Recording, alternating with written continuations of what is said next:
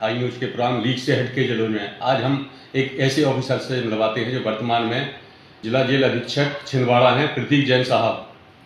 तो कैसी है जेल, कैसी होती है जेल की लाइफ और कैसे उनका बचपन निकला, उनकी बारीकी से जानिए आज हाई न्यूज पर। जैन साहब, हाई न्यूज में आपका बहुत बहुत स्वागत है। सबसे पहले आप यह बताएं, चाइल्डहुड में किस प्रकार का नेचर था आपका? चाइल्डहुड से ही मैं एक शांत और इंट्रोवर्ट टाइप का विद्यार्थी रहा हूँ और शांत स्वभाव ही रहा है मेरा, जो कि मेरे जो कार्य वर्तमान कार्य है उससे थोड़ा सा पृथक है। यहाँ थोड़े तेजतर्रार व्यक्ति की आवश्यकता होती है, लेकिन बधिरभाई व्यक्तियों को, लेकिन जेल विभाग चूँकि सामान्यतः वर्तमान समय में सुधार हो गया है, तो मैं अपने नेचर के हिसाब से विभाग में इस्तीफे कर पा रहा हूँ। नहीं, शुरुआत कैसे हुई आपकी बचपन में? जब आपका बचपन शुरू हुआ चाइल्डहुड से, तो हॉबी क्या थी आपकी?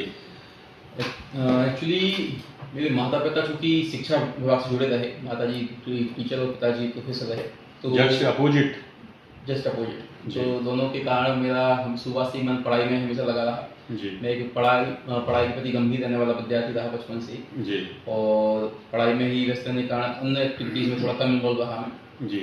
और जी का परिणाम है कि PSC क्वालिफाई करने ये तो ठीक है ना, आपका यहाँ तक आप पहुँचे का ठीक रहा, लेकिन बट ये इसमें बहुत सी आएंगे आपके मतलब बचपन से ही नोटी टाइप के थे या नॉर्मल बच्चों, क्योंकि एक विशेष स्वभाव रहता है बच्चों जी। वही तासीर की बात कर रहा हूँ मैं कि मैं जो था एक गंभीर किस्म का बच्चा था, और लेकिन हाँ चुलबुला जरूर था, नटखट जरूर था कि पढ़ाई में मन लगता था मेरा, लेकिन उसके अलावा भी मैं अन्य एक्टिविटीज़ में पर्याप्त भाग लेता था। खेल कूद प्रतिस्पर्धाएँ ये सभी मैं करता रहता था जी।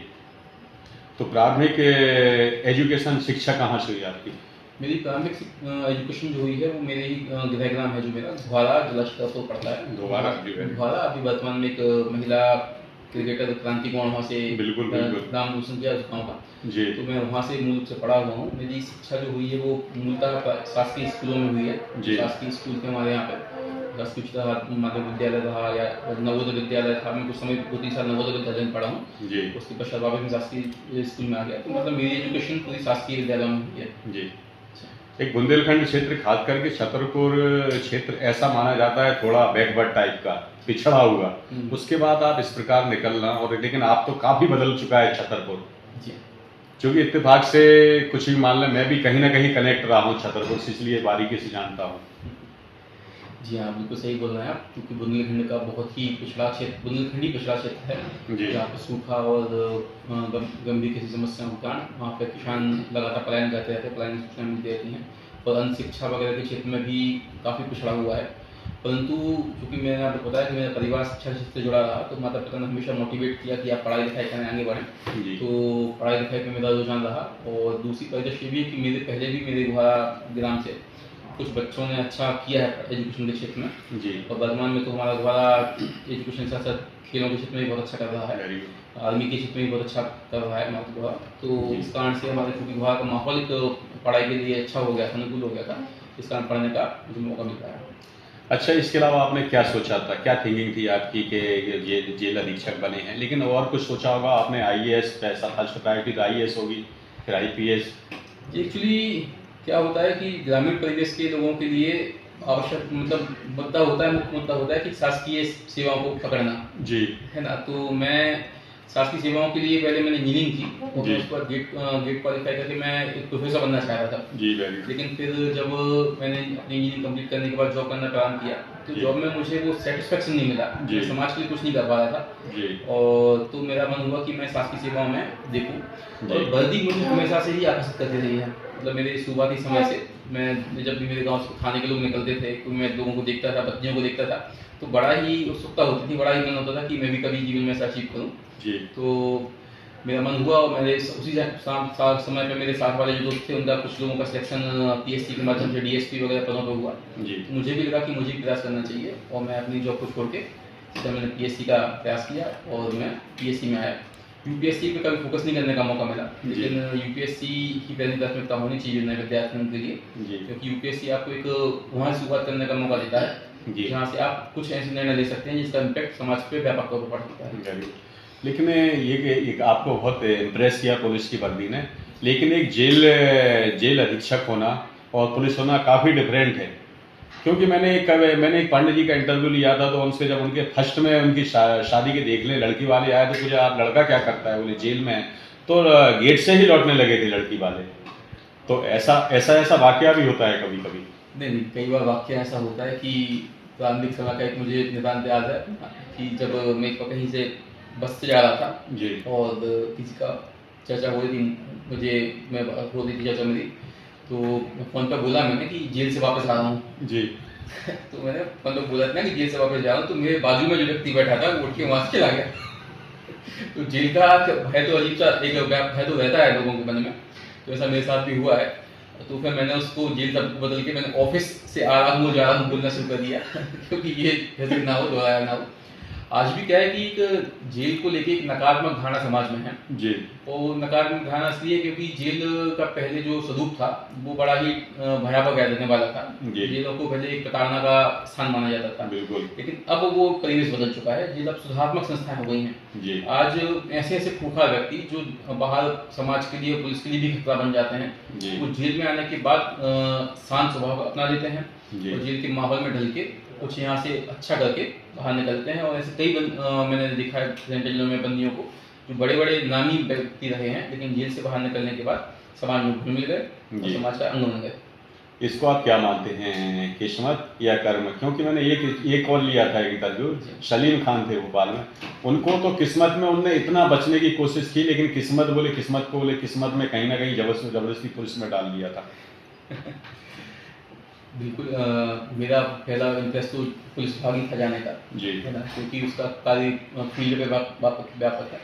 लेकिन मैं आपको बताऊं कि बचपन में कहावत सुनते थे, पोसमपा एक खेल खेलते थे, पोसमपा भाई पोसमपा, उसमें एक कहावत थी, जेल की रोटी खानी पड़ेगी, जेल का पानी पीना पड़ेगा। तो मुझे लगता है वही चीज आप कहीं ना कहीं जुड़ी रहती है, वो आप कहीं ना कहीं ले जाती हैं। तो मुझे भी जेल का कभी दाना पानी लिखा होगा, तो पीएससी में अच्छे मार्क्स होने के बाद भी पदों की कम संख्या के कारण मैं यहाँ पे आया, जो मुझे निरीक्षक बना। मेरी रैंक अच्छी थी, काफ़ी अच्छी रैंक थी और लेकिन फिर बाद में मुझे लगा कि नहीं, भगवान ने मुझे सही जगह के चयनित किया है। मेरे स्वभाव, मेरे जो रवैया है, मेरा स्वभाव है, जो मेरा प्रकृति है, उसके हिसाब से मैं चाहता हूँ कि लोगों की भलाई हो, लोगों का हित हो सके और लोगों में कुछ बदलाव हो सके। तो वहाँ उनके लिए ज़्यादा समाज के सबसे जो विवश लोग हैं, जेलों में आते हैं, उनके लिए ज़्यादा अच्छा काम करने की अपॉर्चुनिटी जेलों में ज़्यादा है अपेक्षाकृत बाहर के, अपेक्षाकृत पुलिस विभाग के, अन्य विभाग के, ताकि हम उन बंदियों को सुधारते हैं जो समाज के द्वारा त्याग दिए गए हैं या जो समाज के लिए हमेशा खतरा बने हुए हैं। जी।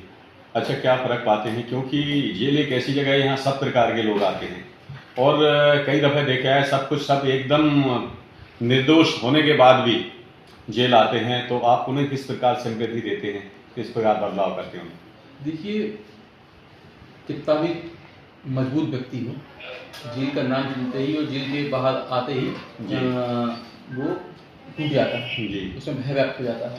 और जहाँ तक आप बात कर रहे हैं निर्दोषों की, तो निश्चित तौर पर मैं कहूँगा कि बहुत से निर्दोष कानून के चक्की में पिस जाते हैं और जेला जाते हैं, लेकिन माननीय न्यायपालिका उन व्यक्तियों को चिन्हित करके उनको छोड़ देती है। लेकिन जो वो कठिन समय है, जो अपना बुरा समय है, वो जेल में निकालते हैं, तो हम ऐसे बंदियों को सबसे पहले चिन्हित करते हैं जो कि डरे हुए हैं, जो कि चिंताग्रस्त हैं, और उनके परिवार की उनकी चर्चाएं उनसे करते हैं, उनको बताते हैं कि भाई कानून का विश्वास रखें, आप न्याय का विश्वास रखें, तो आपके साथ न्याय होगा। और पुराने जो बंदी हैं उनका उनको वो भी दिया जाता है कि भाई पुराने लोगों के साथ ऐसा हुआ है, जो छोड़ा गया है। तो लोगों में आज भी हमारे न्यायपालिका के प्रति बड़ा सम्मान है, न्यायपालिका के प्रति बड़ा विश्वास है और लोग छूटते भी हैं। तो सबसे बड़ा जेल में काम आपसे ही बोल रहे हैं कि लोगों को आइडेंटिफाई करना होता है, लोगों को संवेदना लेनी होती है, और हम इसी काम में दक्ष होते हैं। तो हम उनको टारगेट करते हैं, उनको चिन्हित करके उनको सही साइकोलॉजिकल तरीके से प्रशिक्षण मानसिक काउंसलिंग करके उनको सुरक्षित रखते हैं जीवन में। आप कोई अपना ऐसा काम बताएं किसी जेल का जहाँ आप जिले में रहे हो, कहते हो लोग एग्जाम्पल देते हो कि प्रीति जैन साहब आए थे, उन्होंने इतने सुधार किए, इतने लोग सुधर गए, मैंने उसको रिमेम्बर करते हो आज भी?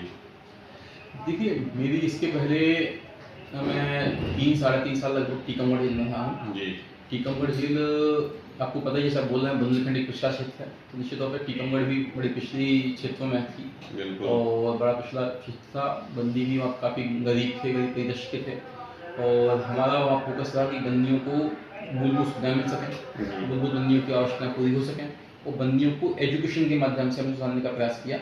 हमने कई बंदियों को वहाँ पे BA BCom के जो ओपन एग्ज़ाम होते हैं उनमें शामिल करवाए। लगभग 30 से 35 बंदियों ने वहाँ पे इन चीज़ों को क्वालिफाई किया। अभी यहाँ पे भी आप अगर जिला जज छिंदवाड़ा की बात करें तो यहाँ पे भी लगभग 5 बंदी MBA क्वालिफाई कर चुके हैं। वेरी गुड है ना। इस साल भी 3 लोगों ने MBA एग्ज़ाम दिए हैं। और इसके अलावा BA BCom वाले मेरे हिसाब से ग्रेजुएशन वाले लगभग 50 बंदी के आस राउंड हो गए हैं अभी, जो यहाँ जेल से रहकर कंप्लीट कर रहे हैं। तो ये एजुकेशन के क्षेत्र, एजुकेशन ही क्या होता है शहर का सबसे पहला अंग है जो मैं मानता हूँ। तो एजुकेशन के लिए अपन ने काम किया, बंदियों की मूलभूत जो सुविधाएं हैं उनके लिए काम किया, जहाँ पानी की अच्छी व्यवस्था, खाने की अच्छी व्यवस्था, तो खाने की गुणवत्ता से हमेशा बंदी खुश रहे, क्योंकि जेलों में लोगों को सबसे पहले ये लगता है कि मूलभूत सुविधाएं हमें होंगी कि नहीं होंगी। बिल्कुल तो इनको उपलब्ध करवाएं। तीसरा कहना है कि दाल ढूंढने से मिलती है। वो बर्दाश्त नहीं है जी। या कोई खाना दिखाऊंगा, दफा खिलवाऊंगा जी, देखिए खाना कैसा है यहाँ का जी। और तीसरी चीज़ जो मैं टीकमगढ़ में रहा तो मैंने वहाँ पे एक पेट्रोल पंप जो था वो चालू करवाया, क्योंकि जेलों के पास संसाधन बहुत कम है। बिल्कुल। लेकिन उसके बाद भी वहाँ पे पूरा नया पेट्रोल पंप स्टार्ट करवाना, उसको चालू करवाना और एक 1-1.5 साल तक संचालन करवाना बिना किसी उसमें समस्या के, ये एक मुझे लगता है बड़ा अचीवमेंट है। इससे शहर के लोगों ने मुझे काफ़ी सराहना दी, प्रोत्साहन दिया और बंदियों की मूलभूत जो सुविधाएं जो कि पूरी करवाई। बंदियों का भी बड़ा अच्छा रवैया रहा मेरे प्रति। जब मैं वापस टीकमगढ़ से आया था तो बंदियों ने भी अपने आंसुओं के साथ बताई गई थी कि सर बड़ा अच्छा आपके कार्यकाल में लगा हमें कि आपने हमें सुधारने का प्रयास किया और आपने हमारे लिए एक अच्छा जीवन यहाँ दिया है जेल में। तो इतनी सारी प्रेरणा आपको आती कहाँ, मिलती कहाँ से है? प्रेरणा का स्रोत व्यक्ति का जीवन होता है। किसी व्यक्ति की प्रेरणा का स्रोत व्यक्ति जैसा देखता है चारों तरफ, व्यक्ति जैसा पाता है वैसा करने की कोशिश करता है। मैं अपने माता पिता को देखता रहा हूँ, बड़े धार्मिक और शिक्षित व्यक्ति थे, तो उनके द्वारा हमेशा ऐसे संस्कार दिए गए कि आप लोगों के हित के बारे में सोचें। धार्मिक आधार भी रहे, है ना। धार्मिक चीज़ों से भी हमारे हिंदू धर्म में शिक्षा मिलती है कि हमें अच्छा करना है दूसरों के लिए, वही हमारे कर्मों में साथ जाएंगे। और जब मैं विभाग में आया तो मैंने देखा कि भाई जो जेल के लोग आते हैं, जेल के लोग बड़े पिछड़े होते हैं, मतलब कहीं गरीब लोग होते हैं, कहीं शोषित लोग होते हैं। व्यक्ति जब जेल जब आता है, जब वो हर जगह से प्रताड़ित हो चुका होता है, परेशान हो चुका होता है, वो बस वो यहाँ पे आता है कि हम अपना समय जेल में काट के न्याय विश्वास करेंगे। तो उनके लिए अगर मैं नहीं कर पाऊँ तो मेरे मानवीय गुणों पे, मानवीय मानव होने का क्या फायदा। तो यही चीज़ें हमें मोटिवेट करती हैं कि हम उनके लिए अच्छा करें जी। अच्छा, कभी आपसे कंप्लेंट भी की जाती है फैमिली में, कौन सी नौकरी कर ली है, क्या कर लिया है, इस प्रकार की कई दफ़े इशू आते हैं?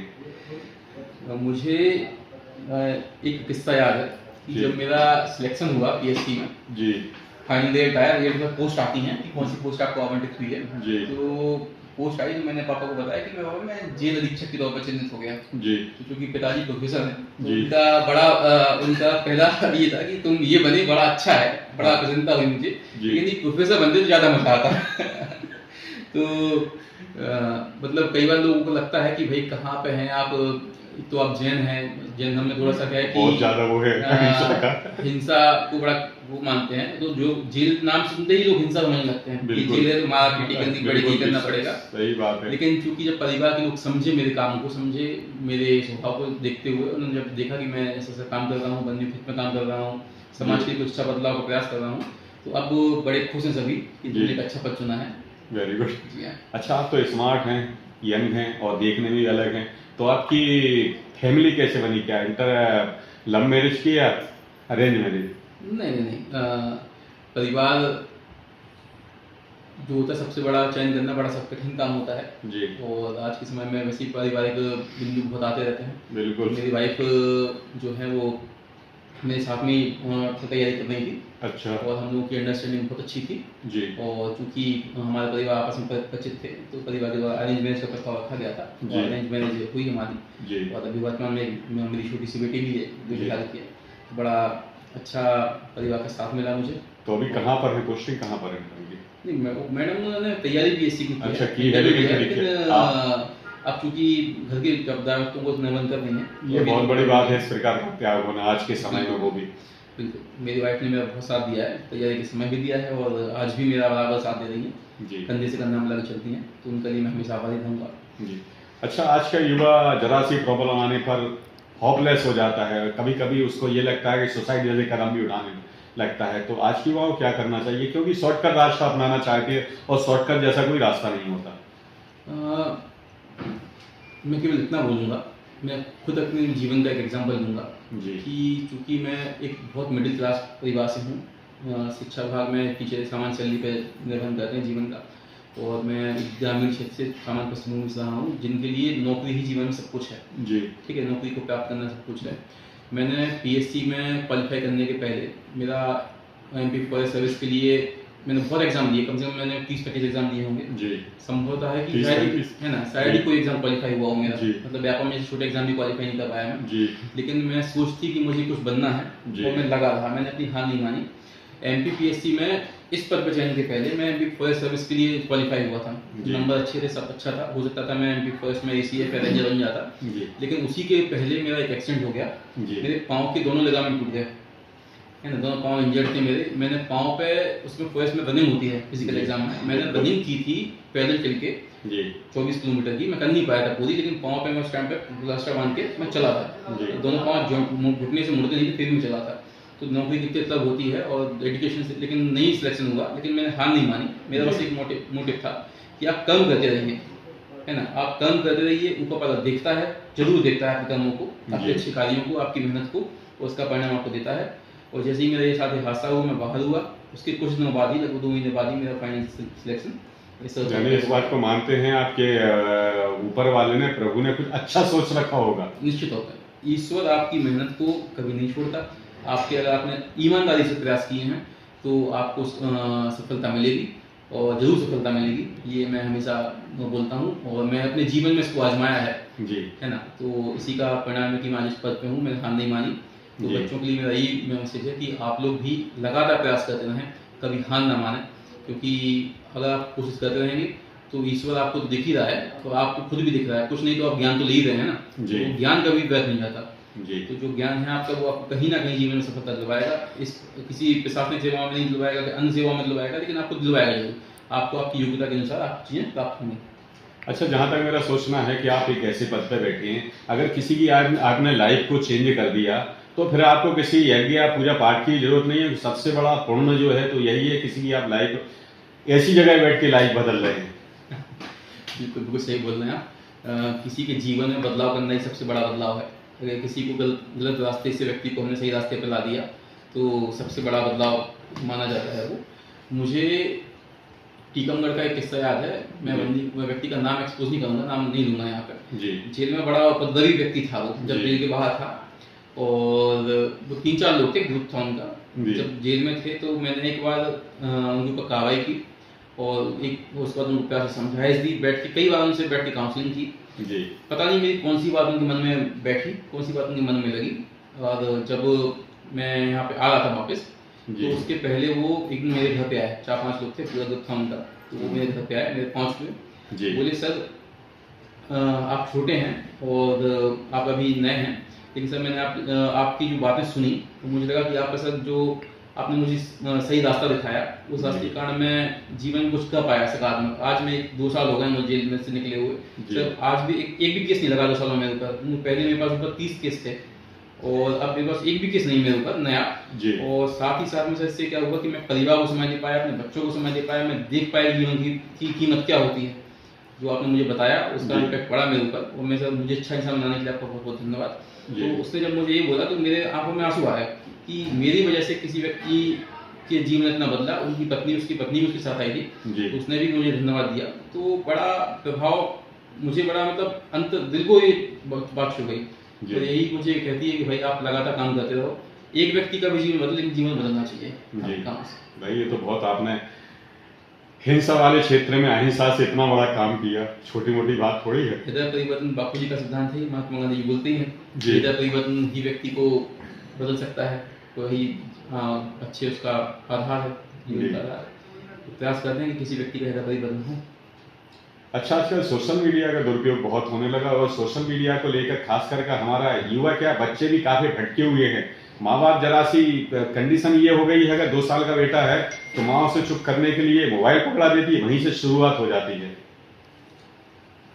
देखिए, सोशल मीडिया एक ऐसा प्लेटफॉर्म है जिसका उपयोग व्यक्ति जैसा करेगा वो वैसा पाएगा। सोशल मीडिया की टेक्नोलॉजी ऐसी है कि वो चिन्हांकित कर लेती है कि आपका स्वभाव कैसा है, आपका सिस्टम कैसा है, आप क्या सोचते हैं, उस हिसाब से आपको चीज़ें दिखाती है। तो सोशल मीडिया का लोगों को सकारात्मक उपयोग करना चाहिए।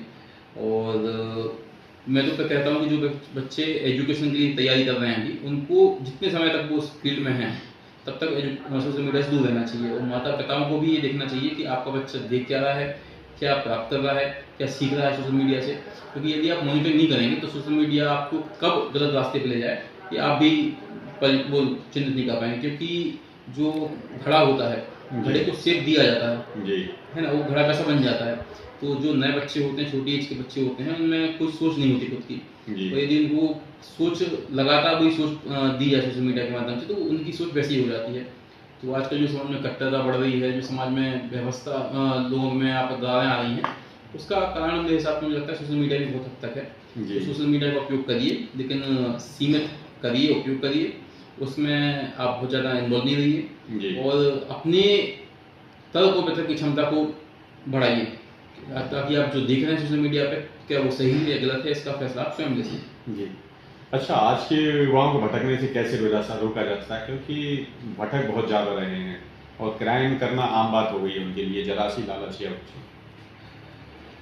हाँ, अभी एक थोड़ा सा छोटा सा किस्सा सुनाऊंगा मैं आपको, इससे बोलना चाहिए। जी। अभी जेल में लगभग 25 एक आध महीने पहले एक वृद्ध माता जी थी, दादी थी, वो अपने परपोते से मिलने के लिए, परदादी थी, वो परपोते से मिलने के लिए बाहर खड़ी थी। उनको दिखाई नहीं देता था, चल नहीं पाती थी। जी।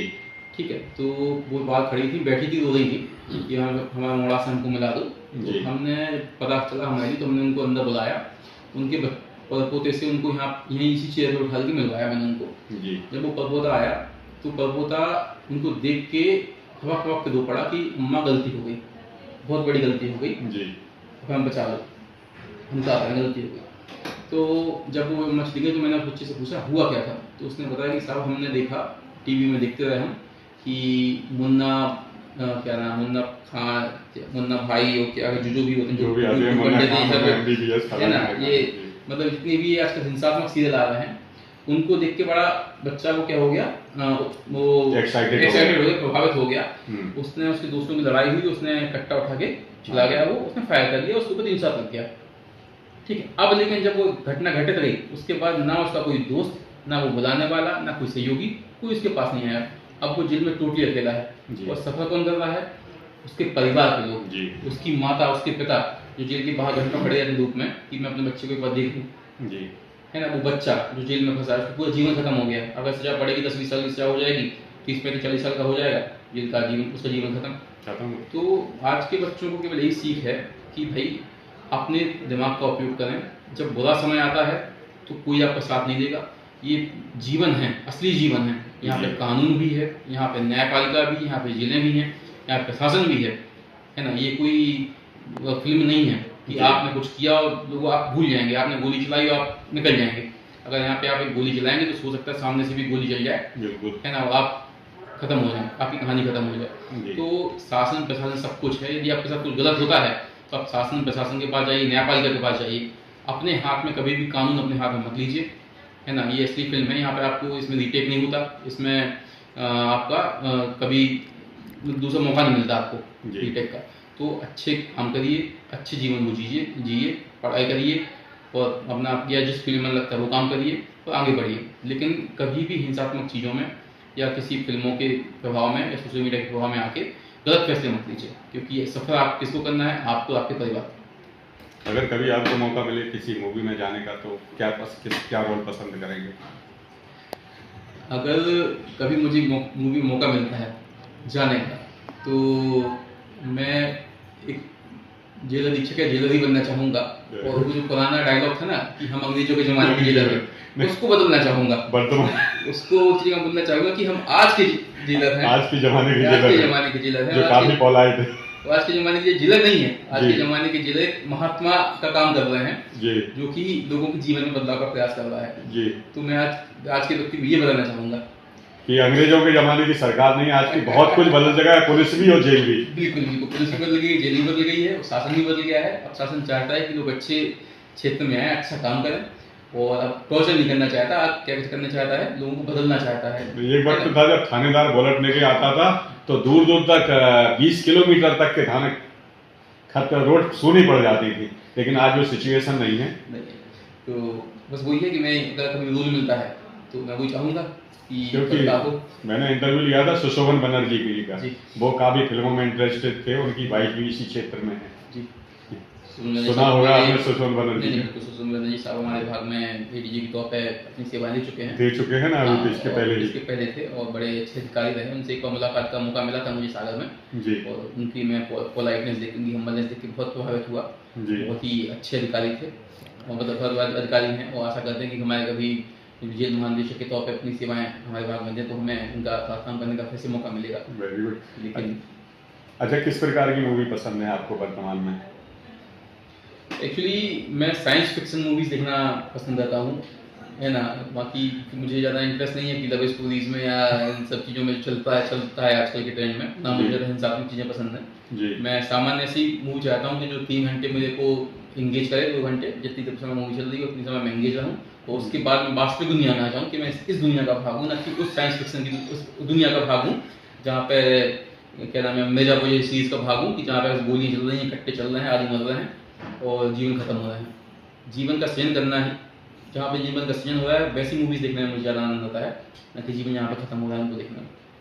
अच्छा, लास्ट में आप इतना और बताएं, वैसे तो आपने काफ़ी कुछ अब अपनी लाइफ के बारे में बताया, लेकिन कभी कोई ऐसा वक्त आया आपके टाइम में जब लग रहा हो परेशानी ने चारों तरफ से आपको घेर लिया हो और निकलने का कोई रास्ता ना दिख रहा हो, तो उस समय आपने उस प्रॉब्लम को कैसे फेस किया? देखिए, चुनौतियाँ ही व्यक्ति को दिखाती हैं और अच्छा आगे ले जाती हैं। मेरे साथ भी हुआ था, मैंने आपको भी बताया किस्सा कि मेरे को मैंने बहुत एग्ज़ाम दिए, मैं एग्ज़ाम नहीं क्वालिफाई कर पा रहा था। अपने यहाँ पे क्या होता है कि जब बच्चा 25, 23, 24 साल का हो जाता है तो उसके ऊपर तनाव आ जाता है, विशेष तौर पर मध्यम वर्गीय परिवारों में, कि भाई अब आपको कुछ करना है। अब माता पिता था कब तक डिपेंडेंट रहेंगे। उस समय भी मेरे साथ था, मैं एग्ज़ाम क्वालिफाई नहीं कर पा रहा था, और जब क्वालिफाई करने का बिल्कुल वही दशा आया तो हादसे के कारण मैं उस एग्ज़ाम से बाहर हो गया। तो वो समय मेरे जीवन का ऐसा दौर था कि मुझे लग रहा था कि चारों तरफ बस निराशा थी, आशा की कहीं से किरण नहीं थी। लेकिन ईश्वर पे अपने ईश्वर पे विश्वास रखा, अपने परिवार का सपोर्ट मिला, और पिताजी ने कहा कि तुम मेहनत करो और कुछ नहीं होगा तो अपन कुछ बिजनेस करेंगे, कुछ ना कुछ कर ही लेंगे। तुम जीवन में तुमने इतना सीखा है, मुझे भी कहीं ना कहीं से विश्वास है कि मैंने इतना पढ़ा है तो पढ़ा हुआ व्यर्थ नहीं जाएगा। मेरे माता पिता शिक्षा के क्षेत्र में है तो मैं भी शिक्षा के क्षेत्र में आगे कुछ ना कुछ कर लूँगा। तो ऐसी सकारात्मक सोच के साथ मैंने फिर से प्रयास किया और मैं चयनित हो पाया। तो उस समय में जिसने मेरा साथ दिया, मेरे परिवार ने, मेरी वाइफ ने, मेरे दोस्तों ने, उन सबके लिए मैं हमेशा जीवन उसको गुजार रहूँगा। यानी कि परिस्थिति कैसी हुई, ईश्वर का साथ नहीं छोड़ना चाहिए कभी भी नहीं। ईश्वर और परिवार जी ना, ये आपका आधार होता है। बाकी कोई तीसरा काम में वक्त पे काम नहीं आता, कभी नहीं आता। मैं जेल विभाग की सेवा जब दे रहा हूँ सबसे, मैं आपको बताया ना, जेल सबसे बुरी जगह है, सबसे अच्छी जगह है, पहचान होती है, और सबसे बुरी जगह है। हाँ, मतलब आप सही पहचान होती है कि आपका हितैषी कौन है। और मैं देखता हूँ कि जब बात जेल की आती है ना, तो यहाँ पे जो लाइनों में खड़े मिलते हैं, मुलाकात के लिए आते हैं, उसमें कौन होता है? भाई, बहन, पत्नी और एक आध रिश्ता, सिर्फ गिने चुने रिश्ता जी, है ना। तो इतने ही बोल सकता हूँ कि जो आपका परिवार है वो परिवार ही है ना। जो आपका साथी है, साथी, वो आपका परिवार है और आपके ईश्वर है, उसके अलावा कोई भी नहीं। क्या मैसेज देना चाहिए हाई न्यूज़ के माध्यम से कि युवा में सुधार हो, गलत रास्ता में भटकें और आपकी तरह ही बने? क्या करना चाहिए उनको? मैं बस इतना बोलूँगा कि आप सपने देखना मत छोड़ो, जो आपने सपने देखे हैं उनके लिए डटे रहो, लगे रहो। और तकनीक बहुत आजकल व्यापक हो गई है, तो तकनीक का सही उपयोग करें। आजकल पढ़ाई के लिए आपको पूरा चीज़ें ऑनलाइन मिल जाएंगी, लेकिन आप करते क्या, पढ़ाई के लिए सर्च कर उठाते हैं मोबाइल और देखने लग जाते हैं अन्य चीज़ें। तो अपने आप पर नियंत्रण करना सीखें, अपने स्वभाव में शालीनता लाएँ, विनम्रता लाएँ और शांति को धारण करें, है ना। ज़्यादा उत्तेजक ना बने कि भाई आपने कुछ गलत चीज़ देख ली, हिंसात्मक चीज़ देख ली तो आप उसके कारण अपना स्वभाव को आपने बदल दिया। जीवन में पोलाइटनेस सबसे ज़्यादा आवश्यक है, शांति, विनम्रता सबसे ज़्यादा आवश्यक है। उसी को अपना धारण करें, पढ़ाई पर ध्यान दें, परिवार का साथ लें, तो जीवन में अपना सब कुछ जो अचीव कर सकते हैं वो अचीव करें। और आप अगर प्रयास करेंगे तो आपको सफलता जरूर मिलेगी। ये थे हमारे प्रतीक जैन साहब। सीधा सीधा एक ही फंडा है कि आप शांत रहिए, अपना कहीं ध्यान जो है यहाँ वहाँ ना भटकाइए, ईश्वर पे भरोसा रखिए, लेकिन अपने परिवार का साथ मत छोड़िए कभी भी। परिवार के अलावा कोई दुनिया में साथ नहीं देता है। तो मिलते हैं ऐसे ही किसी अन्य अधिकारी के साथ हाई न्यूज़ के खास कार्यक्रम लीक से हट के चले हैं, तो देखते रहिए हाई न्यूज़। छिंदवाड़ा से अशोक श्रीवास्तव, सत्येंद्र यादव के साथ। जब बहुत-बहुत झोंक धन्यवाद। लगा सुगंध उड़ी, मुंह में पानी और भूख बढ़ी, बढ़ा है हर व्यंजन का स्वाद, मिला है इसमें माँ का प्यार। गोविंद मसाले जो खाने में डाले हैं, आपस में अपनों का प्यार बढ़ा दे रे। गोविंद मसाले, मसाले जो रिश्ते बनाए।